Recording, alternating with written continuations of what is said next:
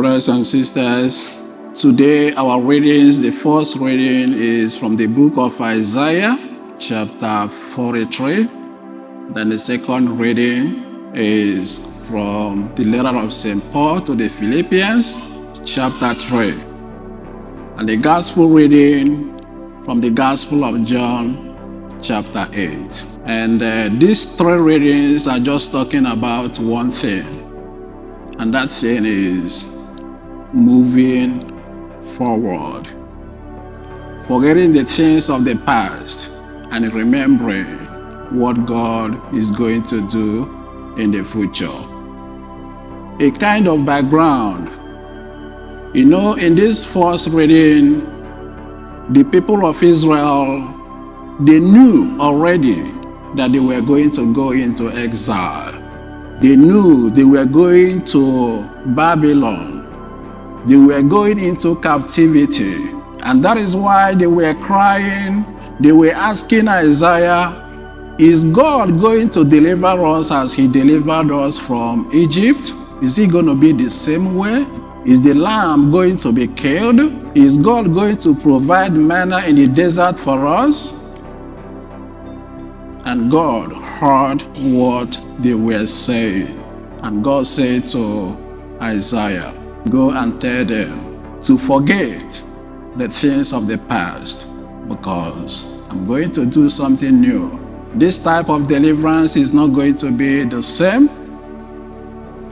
And if you read Psalm 137, this prophecy of Isaiah fulfilled in Psalm 137. I don't know if you know that song that says, by the rivers of Babylon, there we sat down, and we wept when we remembered Zion. When the enemy carried us away in captivity, required from us a song. Now how shall we sing the Lord's song in a strange land?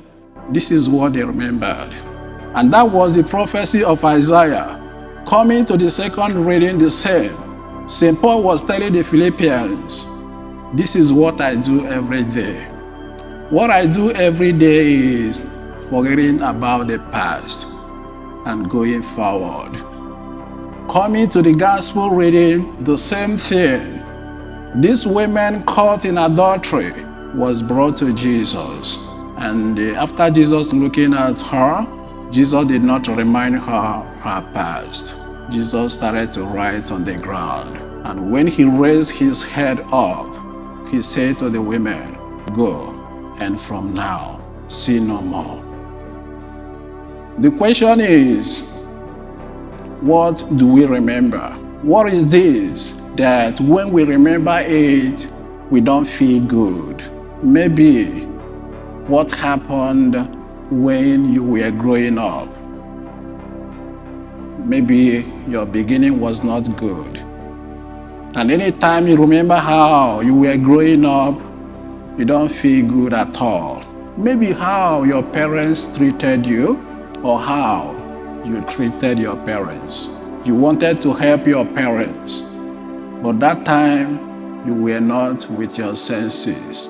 But now you are in your senses and you are regretting. What did I do? Has God forgiven me the sins of my past? What do you remember now? Or what happened in the past that comes to your mind right now that you don't sleep at night? I don't know what you know. But whatever that has happened in the past, what Jesus is telling us in this gospel, the first reading and the second reading, is for us to focus in the future, not in the past. Because he's going to do something new. In the first reading, he says, these new things I'm going to do. I will open a river in the desert. And this is going to be the new Exodus. The first Exodus was about taking the people of Israel from Egypt to to the promised land. But this new exodus is going to be different. This new exodus is going to be accomplished by the blood of Jesus, not the blood of the Lamb. Jesus is going to fulfill this new exodus. So my message to everyone here is to trust Jesus.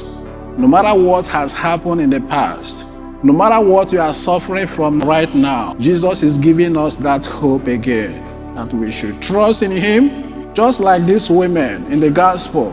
He is telling us to go. From now, go and sin no more. From now, don't remember what happened yesterday. Don't dwell in what happened yesterday.